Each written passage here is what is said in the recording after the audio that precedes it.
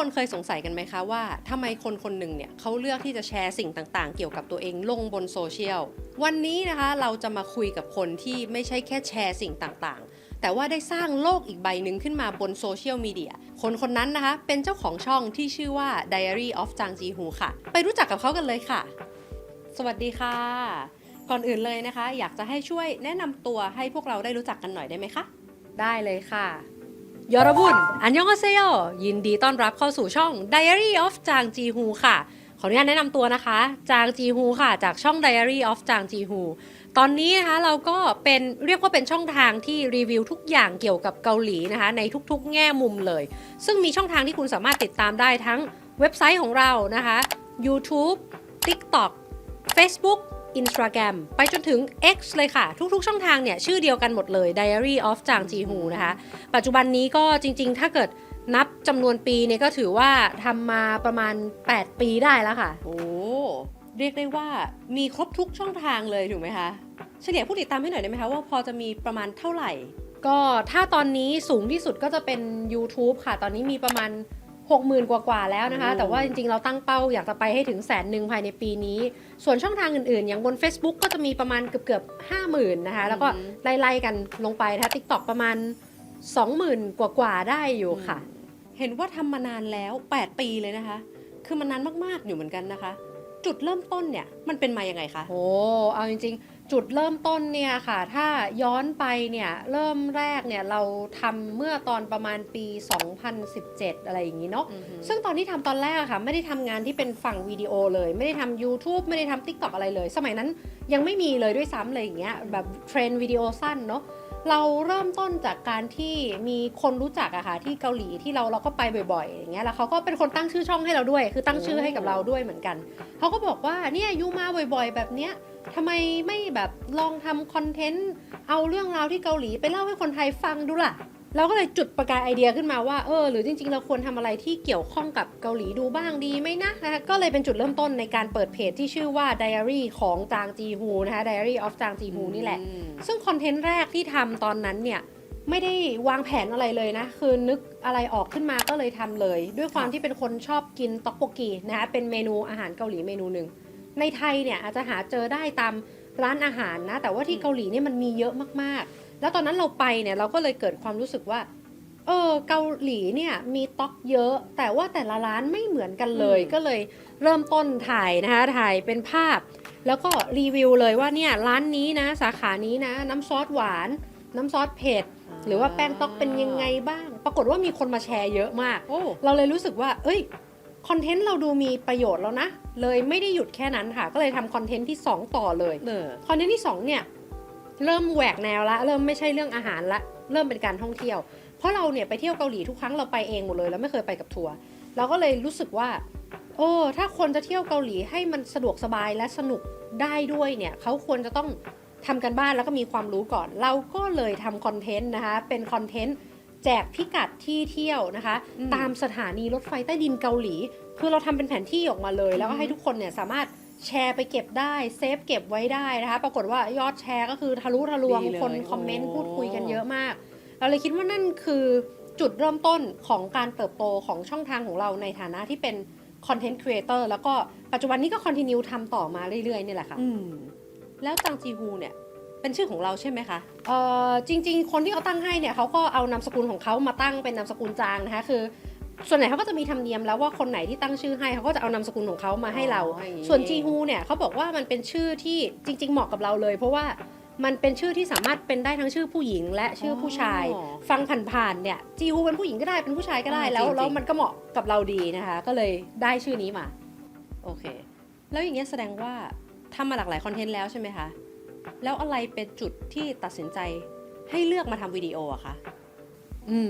เรื่องนี้เอาจริงๆมันเป็นการตัดสินใจที่เรารู้ว่าควรจะทำแต่เราก็มีความลังเลมาอยู่ตลอดเพราะว่าเราเริ่มต้นจากการทำคอนเทนต์ที่เป็นลักษณะเป็นภาพแล้วก็เขียนแคปชั่นประกอบเขียนบทความขึ้นบนเว็บไซต์มันไม่ต้องเอาตัวเองเนี่ยออกมาอยู่หน้ากล้องเหมือนแบบนี้นะคะที่มานั่งอยู่ตรงนี้เราเป็นคนที่จริงๆแล้วส่วนตัวก็คือไม่ได้ชอบออกกล้องขนาดนั้นคือมีคอมฟอร์ตโซนในการเขียนหรืออยู่หลังกล้องมากกว่าแต่ทีนี้อะค่ะวันหนึ่งเนี่ยเราเริ่มรู้สึกแล้วว่า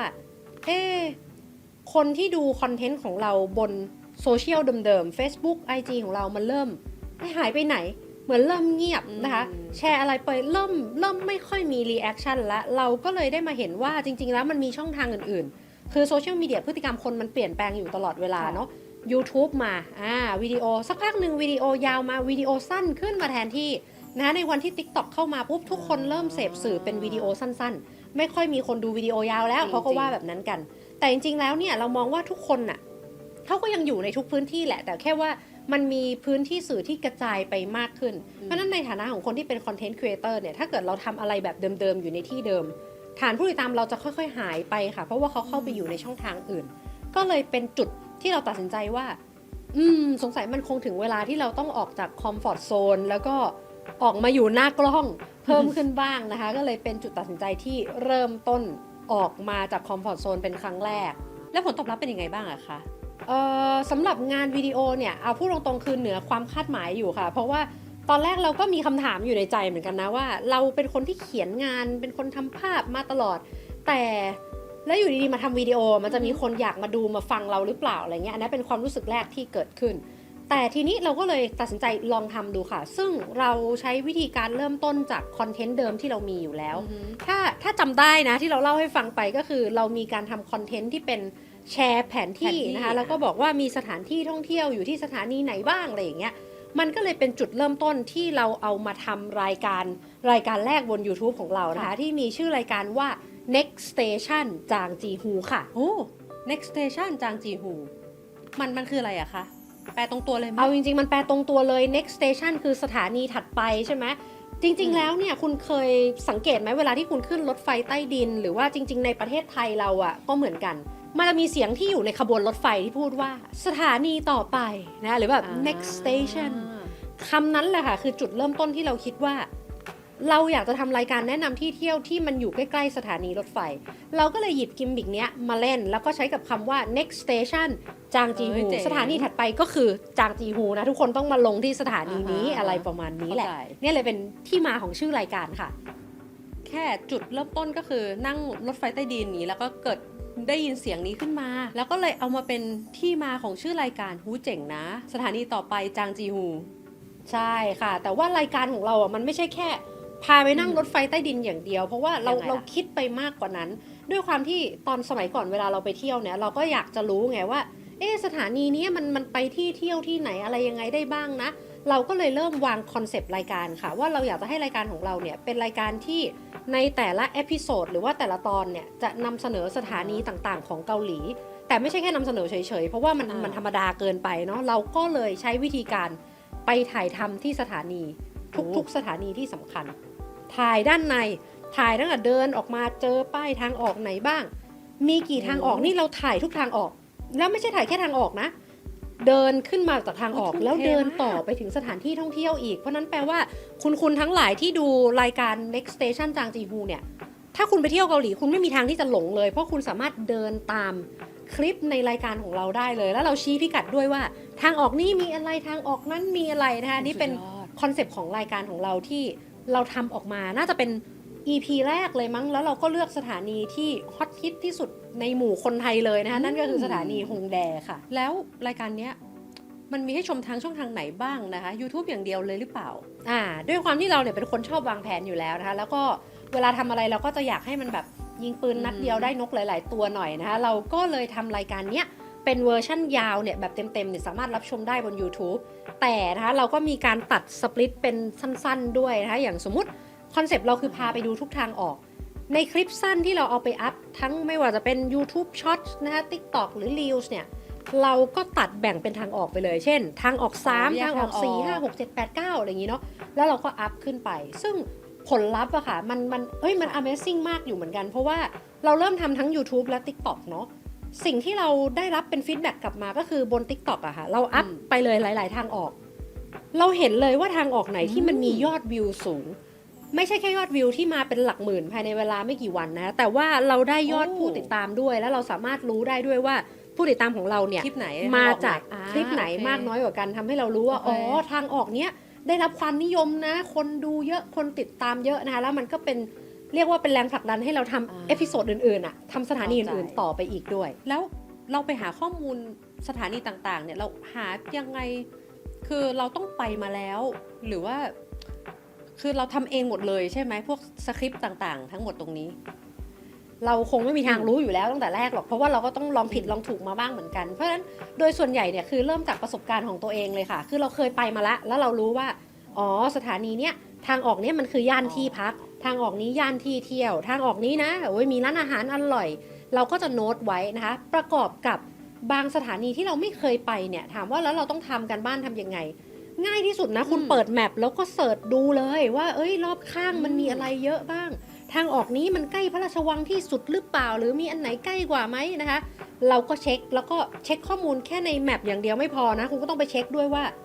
ของจริงอ่ะมันยังเปิดอยู่ไหมมันปิดหรือเปล่านะคะเราก็ต้องเช็คข้อมูลหลายๆที่หน่อยเพื่อที่คนดูของเรานะคะก็จะได้รับข้อมูลที่ถูกต้องแล้วอย่างเงี้ยค่ะตอนเนี้ยโฟกัสคอนเทนต์ประเภทไหนเป็นพิเศษไหมคะ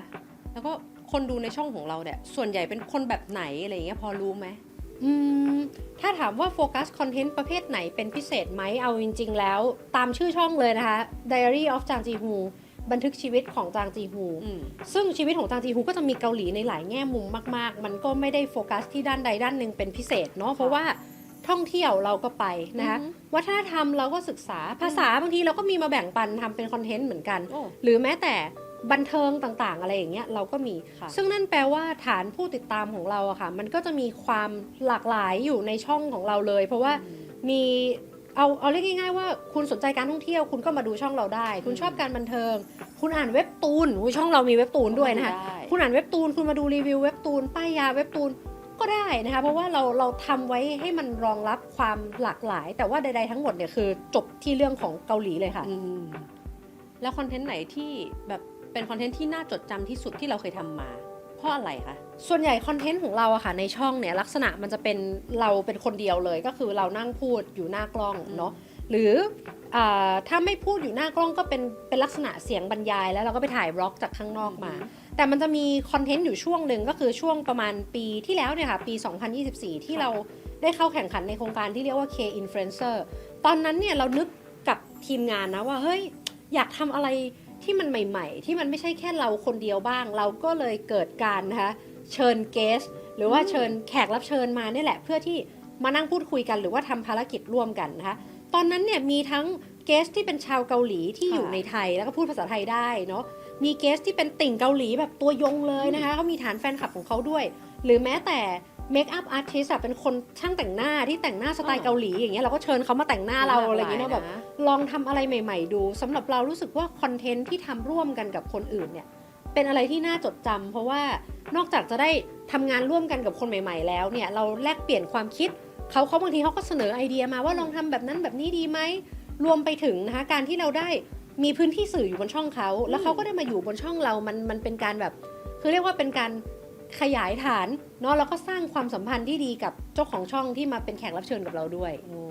โอเคค่ะแสดงว่าเราชอบการทำงานร่วมกันกับคนอื่นอะไรแบบนี้ถูกไหมขอถามนิดนึงค่ะ K Influencer นี่คืออะไรนะคะสำหรับใครที่ยังไม่รู้นะคะจริงๆ K Influencer เนี่ยเป็นโครงการนะคะที่ทางกระทรวงวัฒนธรรมของเกาหลีเนี่ยเขาได้เปิดโอกาสให้กับคนที่เป็นอินฟลูเอนเซอร์ทั่วโลกเนี่ยสามารถเข้าไปสมัครในโครงการนี้ได้เนาะเขาจะมีทั้งเรื่องของการส่งเสริมการเรียนรู้ในการเป็นอินฟลูเอนเซอร์แล้วก็มีการให้เราทำภารกิจไปเรื่อยๆจนถึงสุดทางใครที่แบบสะสมคะแนนได้สูงสุดนะคะ5 อันดับแรกเนี่ยเขาก็จะเชิญให้เราไปรับรางวัลที่เกาหลีซึ่งปีที่แล้วช่องของเราก็ได้รับรางวัลด้วยค่ะรับมาเมื่อปีที่แล้วเลยนี่ใช่ไหมเลยคะอยากรู้ว่ามันมีสาขาอะไรไหมหรือว่ายังไงก็จริงๆแล้วสำหรับรางวัลนี้เขาเรียกว่าเป็นbest winner ก็คือเป็น final winner นะคะ best K influencer ทั้ง5คนเนี่ยเป็น K influencer เหมือนกันหมดเลยแต่ว่ามาจากคนละประเทศกันหมดเลยแล้วเราก็เป็นตัวแทนจากประเทศไทยไปคนเดียวเลยไหมคนไทยในปีนั้นเป็นคนไทยคนเดียวสุดยอดขอถามต่อได้ไหมคะมีคอนเทนต์รูปแบบไหนที่คุณรู้สึกว่าดีมากๆดีที่สุดเลยผลตอบรับเนี่ยจริงๆคอนเทนต์เราอย่างที่บอกว่ามันมีหลากหลายแนวเนาะแต่ว่าแนวที่เรารู้สึกว่าโอ้โหเริ่มเห็นผลตอบรับที่มันแบบทะลุทะลวงมากๆเลยจากที่ปกติแล้วอาจจะเป็นคนกดไลค์คอมเมนต์บ้างเล็กน้อยแต่ว่าคอนเทนต์ในลักษณะเนี้ยได้ engagement ที่ดีคอมเมนต์ที่ดีแล้วคนพูดคุยเยอะมากๆคือคอนเทนต์จากรายการ Jihu React ค่ะ รายการนี้เป็นรายการที่เราจะรีแอคสิ่งต่างๆที่อยู่ในวงการบันเทิงเกาหลีเนาะแต่ว่าช่วงนี้จะโฟกัสพิเศษไปที่การรีแอครายการที่เป็นการแข่งขันของนักเต้นนะคะที่มีชื่อว่า Street Women Fighter ซึ่งเรารีแอคมาตั้งแต่รายการซีซั่นแบบแรกๆแล้วก็มาจนถึงซีซั่นปัจจุบันนี้ซึ่งฐานแฟนรายการเนี่ยที่เขาดูรายการนั้นนะคะแล้วเขาก็ชื่นชอบการรีแอคของเราเขาก็มาติดตามค่ะไม่ได้มาแค่แบบดูเฉยๆนะทุกคนเนี่ยเหมือนเสมือนหนึ่งว่าเราเป็นจุดมุ่งหมายในการที่ทุกคนมานัดพบกันพูดคุยกันคอมเมนต์แลกเปลี่ยนความคิดเห็นกันบางคนเนี่ยถึงขั้นมีคอมเมนต์เข้ามาด้วยว่าผมเนี่ยดูรายการพี่นะฟังพี่สรุปนะผมไม่ดูรายการเต็มละอุ้ยอย่างนั้นเลยเหรอแล้วเราจะสนุกไหมนะหรือบางคนบอกว่าผมดูรายการเต็มก่อนแล้วผมมาฟังพี่อีกทีหนึ่งผมเข้าใจมากขึ้นแล้วว่าเขาตัดสินกันยังไงและบางคนก็บอกว่าเขาไม่เคยรู้จักรายการนี้มาก่อนเลยเขาดูรายการนี้เพราะเราแนะนำหรือแม้แต่บางคนยังบอกว่าผมเนี่ยเปิดรายการพี่ดูตอนผมกินข้าวเลยคือเหมือนดูไปด้วยฟังไปด้วยกินไปด้วยเป็นเพื่อนกันไปเลยอะไรอย่างเงี้ยซึ่งเราก็แบบเฮ้ยมัน Amazing ดีอยู่เหมือนกันนะเราเองก็เกิดคำถามเหมือนกันว่ารายการเนี่ยมันก็เหมือนรีแอคชั่นแบบที่คนอื่นๆเขาทำกันทั่วไปแล้วของเรามันต่างยังไงเหรอนะคะซึ่งเราก็ได้คำตอบมาจากบรรดาคนที่เข้ามาคอมเมนต์นี่แหละว่าเขารู้สึกว่าสิ่งที่ได้จากการดูช่องของเราคือเขาเห็นความคิดของเรานะเขาได้ฟังเขาได้เห็นความคิดและทัศนคติของเราที่มีต่อผู้เข้าแข่งขันในรายการนั้นๆแล้วเขาบอกว่าเขาชอบที่เราเนี่ยเป็นกลางคือไม่ได้พูดแบบใส่ร้ายป้ายสีใครคนนั้นดีคนนั้นไม่ดีอะไรขนาดนั้นนะคะคือเราอยู่บนพื้นฐานความเป็นกลางเพราะว่าเราก็ให้เกียรติผู้เข้าแข่งขันทุกคนในรายการอยู่แล้วแล้วก็ให้เกียรติคนที่เข้ามาคอมเมนต์แสดงความคิดเห็นด้วยว่าชอบหรือไม่ชอบอะไรคือเราก็ไม่ไปจัดในส่วนนั้นกับอีกส่วนหนึ่งน่าจะเป็นเรื่องของความแบบเหมือนเราคุยกันเหมือนเป็นเพื่อนมากกว่าเมาส์มอยสนุกอะไรอย่างเงี้ยแล้วเขาบอกว่าเขาสนุกมากรู้สึกเหมือนมีเพื่อนจริงๆแล้วตัวรายการ Street Women Fighter เนี่ยค่ะคือตัวรายการเนี่ยมันเกี่ยวกับการเต้นใช่ไหมหรือมันยังไงพอจะเล่าหน่อยได้ไหมคะ Street Women Fighter เนี่ยฟังผ่านๆเฮ้ยนักสู้อะไรไม่ใช่นะคะจริงๆเป็นรายการที่เกี่ยวกับการเต้นเลยค่ะส่วนตัวเราชอบรายการนี้มากเพราะเรารู้สึกว่าปกติถ้าพูดถึงวงการ K-POP เนี่ยคนก็จะนึกถึงตัวไอดอลหรือศิลปินที่ยืนร้องเพลงอยู่ข้างหน้าแต่ไม่ได้มีใครนึกถึงนักเต้นที่เต้นอยู่ด้านหลังเลยรายการนี้มันกลับตลปัดกันมันคือการเอานักเต้นที่เต้นอยู่ด้านหลังอะมาแข่งกันเพราะนั้นแสงหรือสปอตไลท์มันส่งไปถึงนักเต้นมันทำให้เหมือนเป็นการจุดประกายอะไรใหม่ๆขึ้นมาแล้วกลายเป็นว่าตอนนี้กระแสคนที่แบบเป็นแฟนคลับนักเต้นนะมันก็เพิ่มขึ้นเยอะมากซึ่งอันนี้เป็นอะไรที่เรารู้สึกว่าเกาหลีเขาทำเรื่องนี้ได้ดีจริงๆแล้วอย่างเงี้ยค่ะช่องเราอะฐานผู้ติดตามหลักตกลงเป็นใครกันแน่คะพอจะรู้ไหมคะถ้าให้ตอบในเชิงสถิติจริงๆก็มีดูอยู่เรื่อยๆนะคะเพราะว่าเวลาเราทำช่องเราก็ต้องไปดูเบื้องหลังเนอะว่าผู้ติดตามของเราเป็นใครทุกๆช่องทางเนี่ยผู้ติดตามค่อนข้างที่จะมีสเปคที่แตกต่างกันอย่างบน TikTok เนี่ยส่วนใหญ่อายุก็จะน้อยลงมาหน่อยนะคะค่อนข้างเป็นอายุน้อยหน่อยถ้าบน YouTube ก็จะมีทั้งอายุน้อยอายุปานกลางนะคะค่อนไปจนถึงแบบวัยกลางคนเลยก็มีเหมือนกันบน Facebook นี่รู้สึกจะสตาร์ทประมาณสักแบบ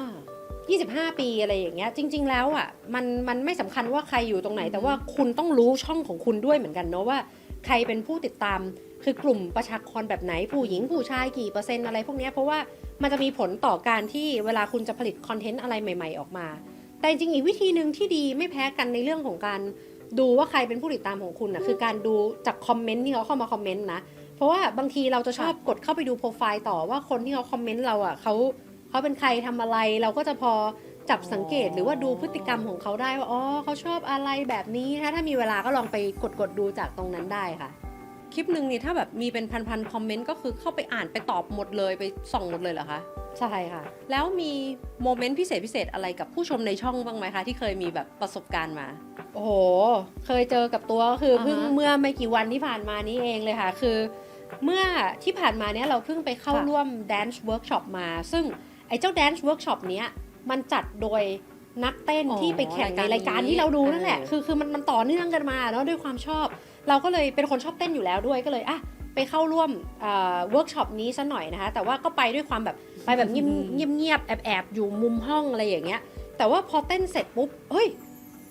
เริ่มมีคนเดินเข้ามาทักทายว่าเขาจำได้นี่คุณจีฮูป่ะคะแบบพี่ที่ทำช่อง YouTube หรือเปล่าคะก็บอกอ๋อใช่ค่ะอะไรอย่างเงี้ยเขาบอกหนูดูช่องพี่อยู่บางคนบอกว่าเพิ่งดูเมื่อเช้าเลยแล้วก็เนี่ยออกมาเรียนเต้นเราก็เลยรู้สึกว่าเฮ้ยอันนี้มันเป็นโมเมนต์ที่ โอ้มีคนจำเราได้ด้วยนะคือนั่นคือความรู้สึกที่ดีความรู้สึกแรกความรู้สึกที่สองคือรู้สึกว่าดีใจจังที่เขาเข้ามาทักเราเพราะว่าทุกๆวันนี้เวลาที่เราทำช่องอะค่ะเหมือนเรานั่งอยู่หลังบ้านอะคนเดินมาหน้าบ้านแล้วเขาก็มาฝากคอมเมนต์ไว้แล้วเขาก็เดินไปเราก็ตอบคอมเมนต์เขาส่วนหนึ่งคือเราตอบคอมเมนต์ทุกคนหมดเลยเนาะไม่ว่าเขาจะคอมเมนต์อะไรก็ตามเราก็ตอบเสร็จปุ๊บโอเคไม่เคยเห็นหน้าเห็นตากันแต่เขาน่ะเห็นหน้าเราแน่ๆเพราะว่าหน้าเราเนี่ยมันอยู่ตรงหน้ากล้องอยู่แล้วแต่เราไม่เคยเจอเขาเลยว่าเขาเป็นใครแต่พอได้มาเจอกันตามงานอีเวนต์ต่างๆหรือไม่ใช่แค่งานเต้นนะบางทีไปคอนเสิร์ตศิลปินเคป๊อปอะไรอย่างเงี้ยก็มีคนเข้ามาทักเหมือนกันว่าพี่ที่ทำช่อง YouTube หรือเปล่าก็เลยบอกใช่นะเราชอบโมเมนต์นั้นมากเพราะมันเหมือนเราได้เจอคนที่คอมเมนต์กับเราเข้ามาคุยกับเราแล้วจริงๆอันนี้เป็นอะไรที่รู้สึกว่าเป็นอีกหนึ่งความประทับใจและถือว่าเป็นความสำเร็จของคนทำช่องเลยก็ได้นะว่านี่คือโมเมนต์พิเศษที่มีร่วมกันกับผู้ชมของเราอะค่ะทีนี้คือในกรณีที่แบบเจอกันตัวต่อตัวข้างนอกแล้วทีนี้ถ้าพูดถึงเรื่องคอมเมนต์เนี่ยมันก็จะมีคอมเมนต์ทั้งแบบที่เป็นแง่ดีหรืออาจจะคอมเมนต์แย่ๆอะไรอย่างเงี้ยมีวิธีจัดการไหมคะถ้าได้เจอคอมเมนต์แบบนั้นเจออยู่เหมือนกันนะคะคือปฏิเสธไม่ได้เลยว่าคอมเมนต์น่ะมันจะมีทั้งที่ดีทั้งที่แย่เนี่ยหมายถึงว่าแย่ในเชิงว่าฟีดแบ็กที่มีให้กับเราแย่ก็มีหรือฟีดแบ็กต่อตัวคอนเทนต์หรืออะไรก็ไม่รู้ที่มันไม่เกี่ยวข้องเนี่ยก็มีเหมือนกันยกตัวอย่างเช่นนะคะเพิ่งมีล่าสุดเลยเป็นคลิปแบบเราก็รีวิวเที่ยวเกาหลีอะไรของเรานี่แหละเนาะเป็นบล็อกของเราทั่วไปอยู่ดีก็มีคนเข้ามาคอมเมนต์ค่ะว่าไปเที่ยวทำไมเกาหลีไทยเนี่ยมีที่เที่ยวเยอะแยะเลยดีๆนะแบบอยู่ดีก็คอมเมนต์แค่นี้เลยอะไรอย่างเงี้ยซึ่งเราก็ไม่แน่ใจเหมือนกันว่าเขาต้องการอะไรนะแต่ว่าเราก็อ่านด้วยใจที่เป็นกลางเนาะว่าอ๋อเขาก็คงอยากจะบอกว่าไม่ต้องไปหรอกเกาหลีเพราะว่าไทยก็มีที่เที่ยวเยอะตอบยังไงเราก็ตอบนะคะเราก็ตอบเข้าไปเลยว่าแบบใช่ไทยก็มีที่เที่ยวดีๆเยอะค่ะเกาหลีก็มีเหมือนกันค่ะที่ไหนก็มีที่เที่ยวดีๆเยอะเลยแล้วแต่ว่าคุณจะชอบแบบไหนคือก็มันก็จริงอ่ะคุณชอบแบบไหนคุณก็เที่ยวแบบนั้นก็ได้เผอิญว่าช่องนี้รีวิวเกาหลีไงเนาะมันก็เลยแนะนำที่เที่ยวเกาหลีอะค่ะก็ตอบเท่านั้นแหละไม่ได้ไปตอบอะไรมากกว่านั้นจัดการกันแบบนิ่มๆเรียบสยบแต่ก็ไม่ได้ไปบล็อกเขาอะไรอย่างงี้ใช่ไหมคะไม่ก็ส่วนตัวคิดว่าไม่บล็อกนะคะเพราะว่าเขาก็มีสิทธิ์จะแสดงความคิดเห็นนะเนาะว่าเมืองไทยก็มีที่เที่ยวเยอะก็ไม่ผิดค่ะแล้วก็ให้มันอยู่แบบนั้นแต่ว่าถ้าแบบโอ้โหคอมเมนต์ด่าหยาบคายอะไรอย่างเงี้ยยังไม่เคยเจอนะแต่ถ้าเกิดสมมุติว่ามันมีขึ้นจริงๆก็อาจจะมีลบไปเพราะเรารู้สึกว่าไม่อยากให้คนที่เข้ามาดูช่องของเรามาเจออะไรที่มันเป็นเนกาทีฟอะไรอย่างเงี้ยซึ่งมันอาจจะไม่เกี่ยวกับตัวคอนเทนต์เลยแต่ถ้าเขาติเพื่อก่อว่าเสียงคุณเบาเกินไปคุณต้องพูดดังกว่านี้ หรือเสียงคุณดังมากอะไรเงี้ยเราอาจจะมาปรับปรุงอันนี้ไม่ลบนะอันนี้เข้าใจเท่าที่ฟังมาทั้งหมดก็รู้สึกว่าใช้ได้เหมือนกัน แล้วทุกๆคอนเทนต์เนี่ยค่ะตอนนี้มันมีอะไรที่บ่งบอกซิกเนเจอร์ของคุณบ้างอะคะว่าเนี่ยคนจำได้เลยคุณแน่ๆเลยช่องนี้แหละ Diary of Jang Ji-Ho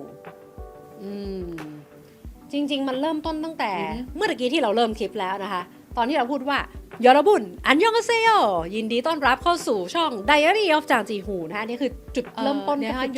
ยอบุญอันยองอาเซโยคืออะไรนะคะโอเคได้ขอแปลก่อนนะคะมันมี2คำนะคำที่1ยอรบุญนะยอรบุญแปลว่าทุกคนนะคะอันยองอาเซโยแปลว่าสวัสดีค่ะสวัสดีครับเพราะนั้นแปลง่ายๆคือสวัสดีค่ะทุกคนแบบนี้นั่นแหละอันนี้คือเป็นคำแบบคำเปิดคลิปคาแรคเตอร์ของเราอะไรแบบนี้ถูกไหมถูกต้องแล้วในเรื่องของการตัดต่ออะคะมีผลเยอะมากๆค่ะเพราะว่าเราเนี่ยวางตัวว่าช่องของเราคืออะไรก็ตามที่เกี่ยวข้องกับเกาหลีเพราะฉะนั้นเราไม่อยากให้แค่พูดว่ามันเกี่ยวกับเกาหลีทุกคนที่เข้ามาดูในช่องเราต้องสัมผัสได้ถึงความเป็นรายการเกาหลีจากช่องของเราฉะนั้นแปลว่ากลิ่นของมันมูดแอนโทนของมันเนี่ยเวลาคุณดูช่องเราคุณจะเห็นเลยว่าสไตล์การตัดต่อจังหวะในการพูดหรือแม้แต่ซับไตเติลที่มันเด้งขึ้นมานะคะเสียงเอฟเฟกต์โบ๊ะบ้าอะไรทั้งหมดเนี่ยเราจะพยายามทำให้มันมีความรู้สึกเหมือนกับว่าคุณกำลังดูรายการวาไรตี้เกาหลีอยู่เลยเพื่อให้คุณรู้สึกว่าอยู่ในช่องที่มันเป็นเกาหลีจริงๆนะคะอันเนี้ยคือสิ่งที่เราทำไว้ในทุกๆเอพิโซดในทุกๆรายการของเราเลยแต่ว่าจริงๆมันยังมีอีกส่วนหนึ่งที่คิดว่าน่าจะเป็นซิกเนเจอร์สำคัญที่ไม่แพ้กันเพราะว่าจริงๆแล้วอะค่ะตัวเราเนี่ยประกอบอาชีพเป็น CEO เนาะแล้วก็เป็นวิทยากรที่สอนเรื่องการตลาดอะไรพวกนี้ด้วยเราจะติดนิสัยอย่างหนึ่งคือชอบสรุปเวลาที่พูดเวลาที่มีประเด็นอะไรที่มันยาวๆเยอะๆเนี่ยเราจะต้องสรุปไว้หน่อยเพราะเรากังวลว่าคนที่ฟัง เขาจะได้รับสิ่งนี้ออกไปจริงหรือเปล่านะกลัวเขาลืมนะคะเราก็เลยจะชอบสรุปในทุกคลิปเลยขนาดเป็นคลิป react recap อะไรเรายังมีสรุปเลยนะคะคนก็อาจจะชอบในพาร์ทนั้นของเราก็ได้แต่มันก็ไม่ใช่สรุปที่เนิร์ดเกินไปอะไรอย่างเงี้ย อะไรเป็นสิ่งสำคัญที่ทำให้คุณแบบใช้ในการวางแผนคอนเทนต์ใหม่ๆอะค่ะอยากรู้จัง ประเด็นน่ะมันเป็นลักษณะแบบนี้ค่ะสมมุติเวลาเรานั่งอยู่เฉยๆแล้วเราต้องคิดไอเดียทำคอนเทนต์อะไรสักอย่างหนึ่งอะเนาะขอแบ่งมันออกเป็น2 ส่วนละกันส่วนที่1ก็คือเราไปจับจากประเด็นหรือกระแสที่มันกำลังมีคนสนใจ หรือคนกำลังพูดถึงอยู่นะคะอย่างเช่นช่วงนี้มีซีรีส์เรื่องนั้นเรื่องนี้มาเราจับประเด็นจับกระแสอันนี้มาเอามาพูดเอามาทำเป็นคอนเทนต์ได้กับแบบที่2ก็คือมันเริ่มต้นจากตัวเราก่อนเราสนใจสิ่งนี้เราเข้าใจในสิ่งนี้เรามีอินไซต์เราอยากจะเล่าออกมาถ้าเป็นเวนี้เราอาจจะไม่ต้องสนใจว่าเฮ้ยมันมีคนสนใจเยอะหรือน้อยหรืออะไรแต่ว่าเราสนใจในเรื่องนี้เราอยากจะเล่าเราอยากจะป้ายยาให้ทุกคนฟังคือเกิดจากตัวเราเนาะ2 สิ่งนี้มันต่างกันก็คือเกิดจากปัจจัยข้างนอกกับเกิดจากตัวเราก็ควรจะบาลานซ์ให้มันมีทั้ง2 สิ่งเพราะว่าถ้าสมมติเราทำตามกระแสอย่างเดียวตัวตนเราจะหายไปทำแต่ตัวตนเราอย่างเดียวไม่มีอะไรในกระแสเลยคนก็อาจจะไม่เห็นนะเพราะฉะนั้นคุณต้องบาลานซ์ทั้ง2 อย่างอีกอย่างหนึ่งคือถ้าคุณทำอะไรตามกระแสแล้วคุณไม่อินกับมันน่ะคนที่ดูจะสัมผัสได้เลยว่าโหอันนี้มันเล่าแบบเหมือนมาพูดเป็นบทไดอะล็อกโฆษณาเลยนะแต่ถ้าคุณพูดอะไรที่คุณอินน่ะเขาก็จะอินกับคุณนะเหมือนที่เราทำรายการรีแอครายการเต้นเนี่ยที่แบบทุกคนรู้ว่าเราอินกับรายการจริงๆเพราะเวลาเราพูดมันออกมาทางสายตามันออกมาทางคำพูดทุกอย่างของเราเลยอยากจะถามถึงเรื่องแบบความรู้สึกของคุณที่คุณรู้สึกว่าอะไรในเกาหลีนะที่ทำให้คุณรู้สึกสปาร์กจอยทำแล้วแบบมีแรงบันดาลใจมากที่สุดถ้าเป็นช่วงนี้อะนะคงหนีไม่พ้นรายการเดิมที่เราทำอยู่ค่ะรายการ React ของเรานี่แหละรายการเต้นคือด้วยความที่จุดเริ่มต้นในความชอบเกาหลีของเราอะมันไม่ใช่เริ่มต้นตอนปี 2017 ที่เราไปเที่ยวแล้วเราก็เปิดเพจมันไม่ใช่ตอนนั้นมันย้อนไปไกลกว่านั้นอีกมันแบบ2007 2008 2009อะไรยุคนั้นเลยยุคที่แบบ K-POP มันกำลังเฟื่องฟูอะไรอย่างเงี้ยเนาะซึ่งเราก็ชอบในวงการบันเทิงเกาหลีอยู่แล้วทั้งเพลงทั้งเรื่องการเต้นแล้วก็ฝึกเต้นมาตลอดมีเคยเต้น cover ด้วยนะคะแล้วก็เต้นมาเรื่อยๆแต่ก็ห่างหายไปบ้างจนเราได้มาเจอรายการเนี้ย Street Women Fighter เนี่ยแล้วเรารู้สึกว่าเราอยากให้คนได้รู้จักวงการเต้นของเกาหลีเนี่ยมากขึ้นเราก็เลยมาทำ react ของช่องแล้วเราทำจนถึงจุดที่ว่าคือมันเป็นแพชชั่นส่วนหนึ่งไปแล้วทำจนถึงจุดที่เรามีโอกาสได้รับเลือกเข้าไปเป็นผู้ชมในการถ่ายทำในสตูดิโอที่เกาหลีเลยนะสำหรับเราอะในฐานะแฟนรายการเราตื่นเต้นดีใจมากๆอยู่แล้วแหละเพราะเราจะได้ไปเห็นสิ่งที่เราแบบดูจากจออะแต่ว่าตอนนี้ได้ดูด้วยตาสดๆละและในฐานะที่เราเป็นอินฟลูเอนเซอร์ด้วยคือเราทำงานอยู่กับกล้องกับอุปกรณ์อะไรพวกนี้เวลาที่เราไปดูเบื้องหลังการถ่ายทำอะเราเหมือนเราได้ทัศนศึกษาไปในตัวเราเห็นว่าเขาเข้าคิวกันยังไงเขาจัดคนเข้าไปยังไงไฟมีกี่ตัวกล้องกี่ตัวเหวี่ยงกล้องยังไงตากล้องกี่คน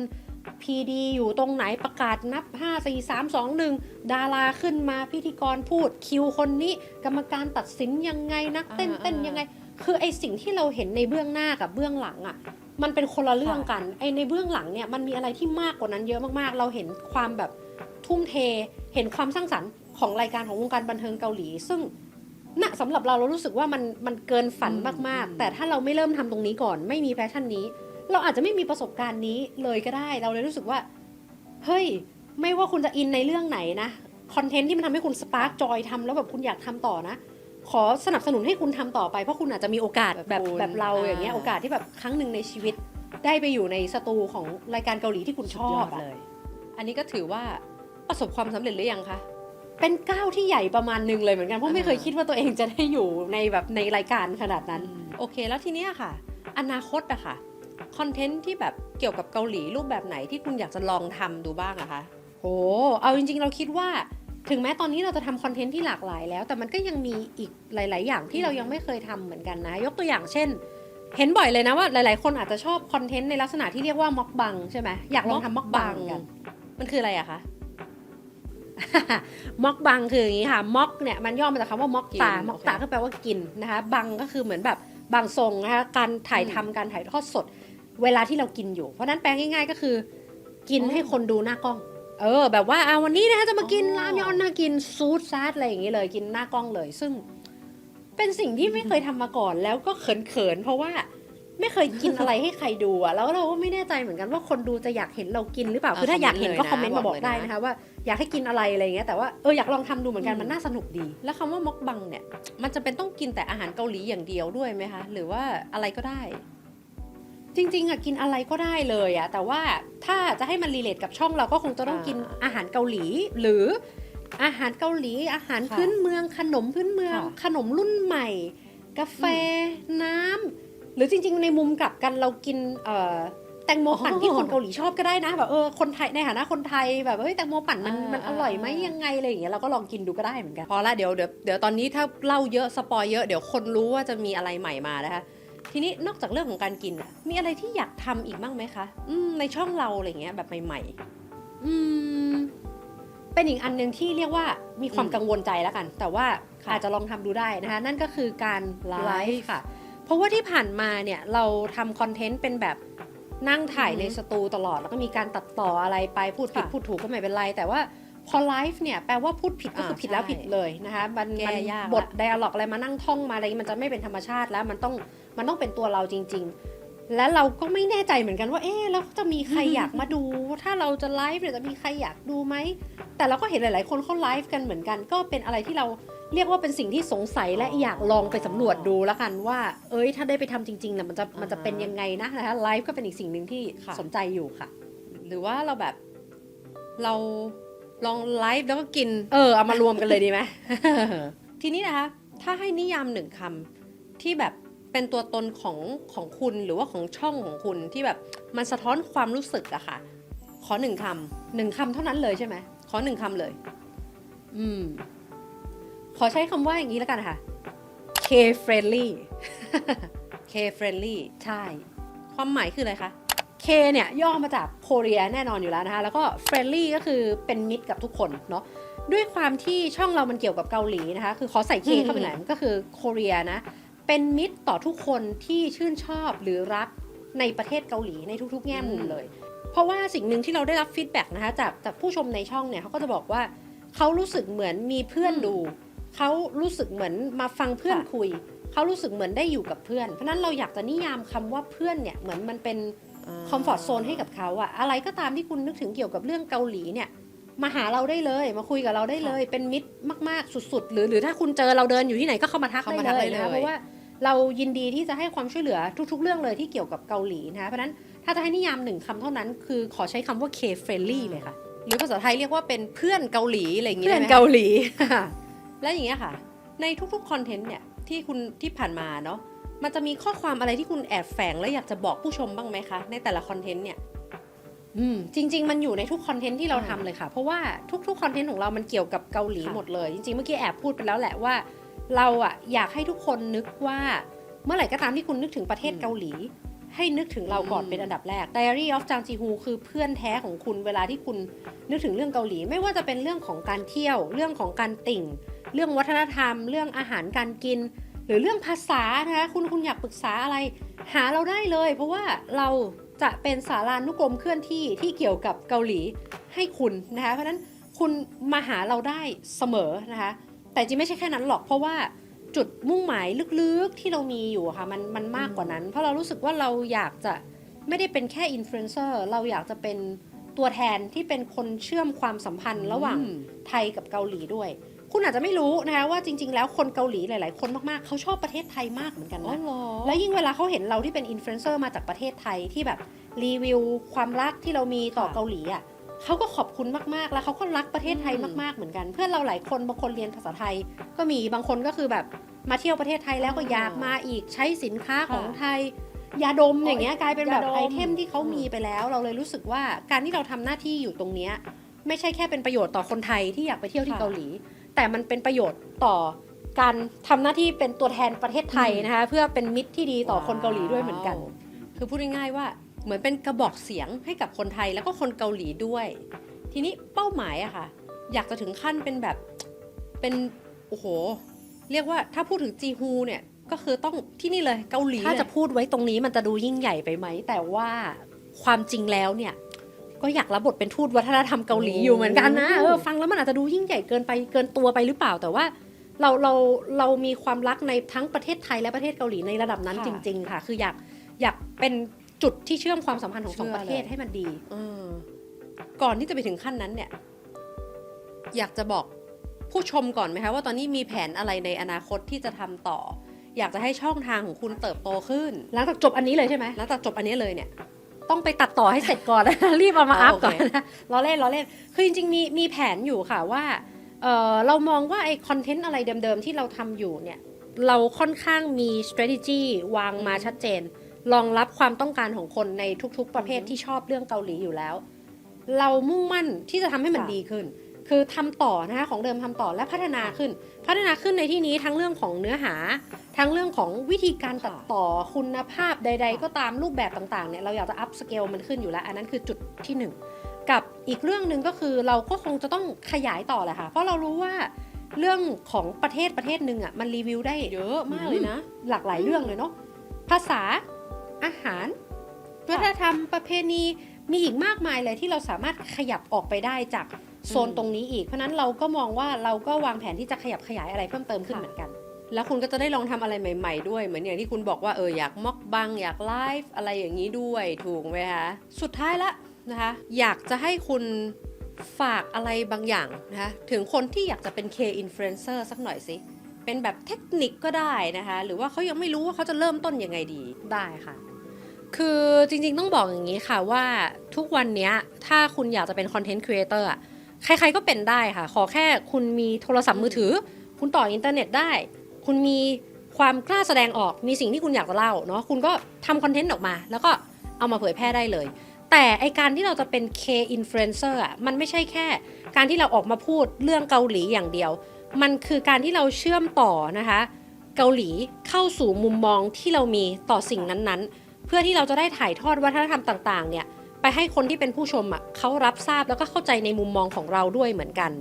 แต่ก็อย่าลืมที่จะเปิดโอกาสให้คนเหล่านั้นเนี่ยเขาสามารถคอมเมนต์เข้ามาพูดคุยได้เพราะว่านั่นคือจุดเริ่มต้นของการสร้างคอมมูนิตี้ของคุณแล้วก็ขยายฐานผู้ติดตามของคุณให้มันเติบโตขึ้นด้วยเหมือนกันแล้วก็สุดท้ายนี้ที่อยากจะฝากนะคะก็คืออย่าทำอะไรเพียงเพราะว่ามันเป็นแค่กระแสแต่คุณควรจะต้องเล่าในสิ่งที่คุณอยากจะให้คนอื่นเนี่ยได้ยินถ้าเป็นแบบนั้นได้เนี่ยคอนเทนต์ของคุณมันจะมีคุณค่ามันจะมีอินไซต์คนที่เขารับชมรับฟังเขาสามารถสัมผัสได้แล้วคุณก็จะมีฐานแฟนของคุณในระยะยาวค่ะ โอ้เรียกว่าครบถ้วนสุดยอดเลยนะคะได้รับข้อมูลดีๆแนวคิดดีๆทัศนคติของคุณที่มีต่อการทำงานในด้านของวิดีโอนะคะเป็นคอนเทนต์ครีเอเตอร์สุดท้ายแล้วอยากจะให้คุณจีฮูนะคะฝากช่องทางการติดตามสักหน่อยเนาะว่าเราสามารถไปติดตามในช่องทางไหนได้ หรืออาจจะมีแบบผู้ติดตามใหม่ๆใครยังไม่เคยติดตามก็ลองไปตามได้นะคะได้เลยค่ะจริงๆช่องทางติดตามของเราง่ายมากๆเลยค่ะคุณแค่เสิร์ชคำว่า Diary of Jang Ji-Hoo ในทุกช่องทางนะคุณจะเจอเราหมดเลยนะคะโลโก้หน้าตาเป็นแบบนี้เลยทวนอีกครั้งหนึ่งคือเรามีเว็บไซต์ที่มีบทความให้คุณไปอ่านเพิ่มความรู้ได้นะคะมี YouTube Channel ค่ะมี TikTok มี Facebook มี Instagram แล้วก็มี X ทุกช่องทางก็คือ Diary of Jang Ji-Hoo เหมือนกันหมดเลยค่ะทุกช่องทางเลยสุดยอดเลยอย่าลืมไปกดติดตามกันด้วยนะคะแล้วก็วันนี้นะคะต้องขอบคุณคุณจีฮูมากๆเลยนะคะที่สละเวลามาให้กับพวกเราในวันนี้นะคะวันนี้ก็ต้องขอตัวลาไปก่อนนะคะฝากติดตามกันด้วยนะคะสวัสดีค่ะสวัสดีค่ะเย้